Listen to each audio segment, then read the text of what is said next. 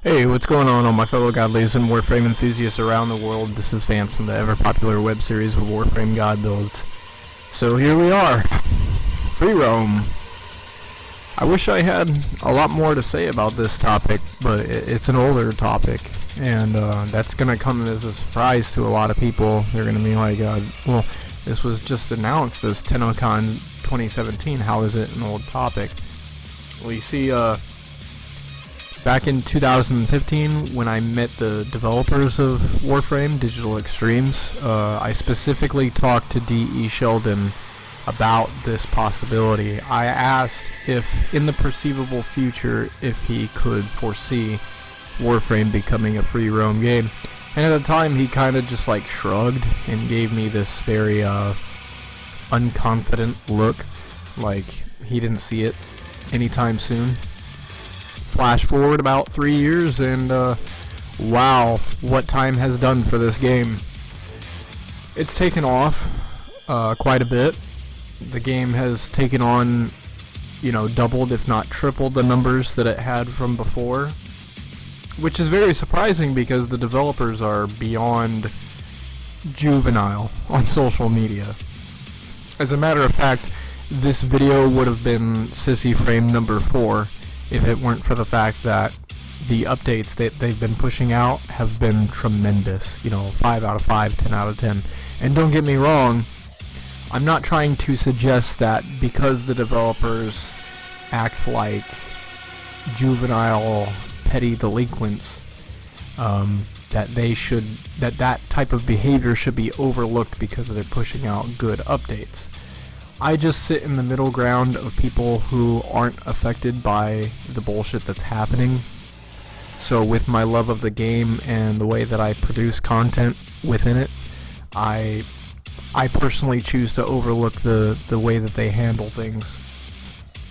Never mind the fact that I didn't have any new information to provide with this last issue that just happened. If you're not familiar with it, I'll leave a link to it in the description, but basically there is a data miner named Void, who is a miner, who they threatened lawyers on. And it was a really shitty thing for Digital Extremes to do, especially considering the fact that this kid was providing a service that Digital Extremes should be providing themselves. But I'm not going to get into that because this video isn't geared towards that topic. It's not Sissy Frame number 4. It's Plains of Eidolon and what I think about it. I'm gonna hold out on being excited. I'm not gonna join the hype train just yet because Digital Extremes has a nasty habit of dropping the ball. They sometimes add content to the game that is disappointing, to say the least. If you look at Arcwing, if you look at The War Within, a lot of the content there was just not solid. It was moist and mushy. I'm not gonna state whether or not I'm hyped, because it really depends on how well they handle free roam. Is it gonna take off like Black Desert Online? Is it gonna be handled like Tom Clancy's Ghost Recon Wildlands? Or is it gonna be like a really shitty cop-out like Dragon Ball Xenoverse 2? Even though Dragon Ball Xenoverse 2 was more of like a hub world than it was anything, I'm just skeptic, to say the least. This has made me think about potential possibilities for my page. I've always wanted to do a web series using Warframe content. I always wanted to shoot a machinima. So this does open the doorway of opportunity, especially if they do things involving Captura a lot more. The recent inclusion of Captura has made it so making videos is 10 times easier. You could probably gather that much from the Haro trailer that I released just recently. So I am looking forward to this. Definitely going to be keeping my eyes on it, because I think that Warframe has always had the recipes for free roam and the interaction of this level. However, I will say that I think I speak for 98% of the community when I say we do not want to see fetch questing. And that's exactly what we saw in the debut trailer for this. The crafting system doesn't impress me either. I saw 3 options there where you can change your weapon aesthetically, and it looks very bare. Hopefully and obviously there's going to be more that's added to that system, but it's just not impressing me right now. It's kind of like a Build-A-Bear workshop for weapons. Just meh. Unless it's expanded on to a great extent, I'm not going to be too impressed with it. I didn't like the fact that you talk to an NPC, you go here, you kill X amount of blah blah blah, you return. That's very grindy, it's very repetitive. I've had to deal with that in several MMOs, and it's just not fun. I don't know why developers do it. So instead I'm going to counter suggest something. There's a few games that come to mind when I think about free roam and things that are actually fun and addictive. One of the things that comes to mind is the Defiance alert systems. If you ever played Defiance, basically you have these world alerts, and they're basically big boss battles. Sometimes you get a big army, sometimes you have like a giant enemy that has just a shit ton of health, and it reels everybody in that area, in the nearby vicinity. It reels them all in, and so the more players join this alert, the harder it becomes.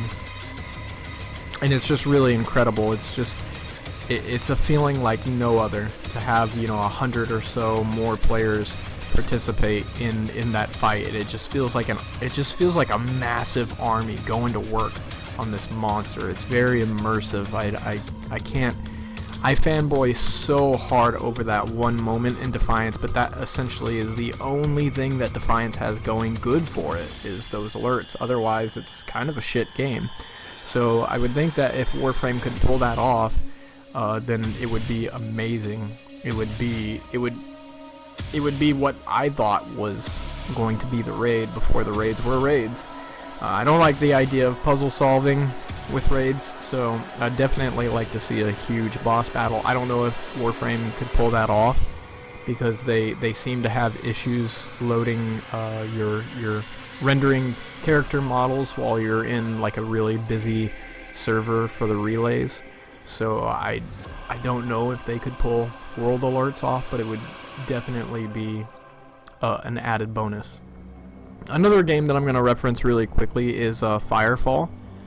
Firefall has these things called thumpers, and they come down out of orbit, and they're basically excavators from Warframe. That's what they are. And they mine resources out of the ground, and I would like to see this. This is one of those things that I think that they would be insane not to include. This like excavation in free roam would be incredible. And I would like to see it expanded on so much. This is the one mode that I insist that they put into the game, because it just wouldn't, it would never get old. It would be amazing to play over and over again, because we all need resources. Every single one of us needs resources. So imagine if they put like all of the resources throughout the star chart in this one mode. That way you could get like an X amount of argon, an X amount of neural sensors. Like, it's just randomly generated numbers. You could get like 5 different resources for each excavator, and it ramps up the amount that you get depending upon how long you let it sit. So as it's sitting there, it ramps up the difficulty of the enemies and the tier. So instead of them just being little infantry, maybe they scale up.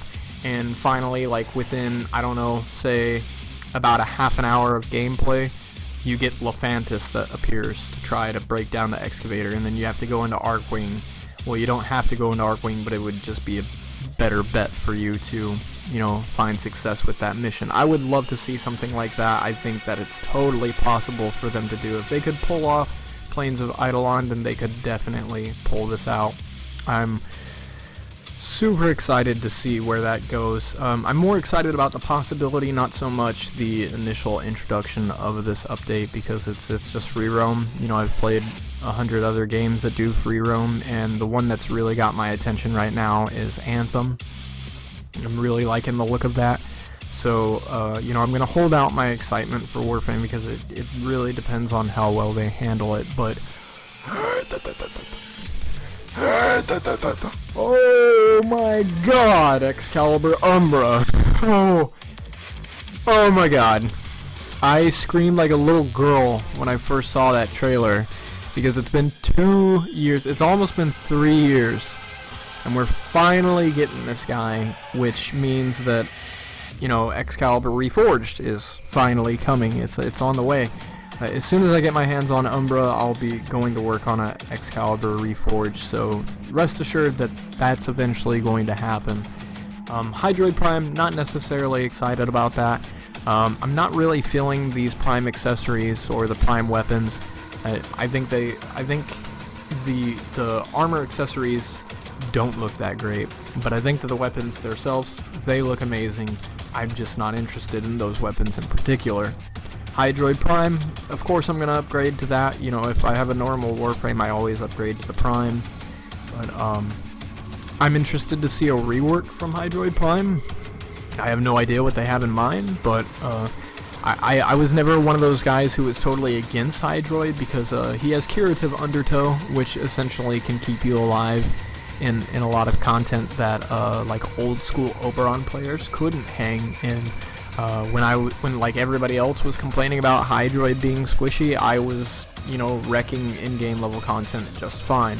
So I do agree at this point that he needs some type of a rework, but I would say that it's gonna be very anticlimactic for Digital Extremes to implement a rework from Hydroid if they don't already have shield gating as a thing. They're still prioritizing updates really poorly, and I say that with confidence now because they released Haro, but they didn't release shield gating beforehand, and Haro is one of those Warframes that really depends on shields, and like, I can't develop like conclusive testing with my Haro God build without the shield gating. So it's just a matter of waiting at this point. I feel as though all the updates that they're coming out with are really excellent. I love the Chains of Haro quest and just everything that came with this update. I'm just really kind of upset that shield gating didn't come along with it because it critically needed to. Other than that, the updates that have been coming out have been really solid, and it's primarily the reason why I overlook all the shitty things that Digital Extremes does in social media is because their game is still fun. It's still incredible to play. The updates are getting better. We're getting buffs now. I mean, Excalibur just got buffed with 1 augment, and it made him, you know, way more damaging than he ever was to begin with. What can I say? I'm fanboying at this point because all the updates are really solid, and it's a great time to be playing Warframe.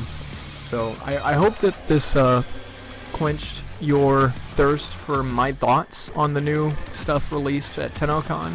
I'm definitely looking forward to everything, and I'm not going anywhere. I'll be producing content no different than I was, you know, a year ago.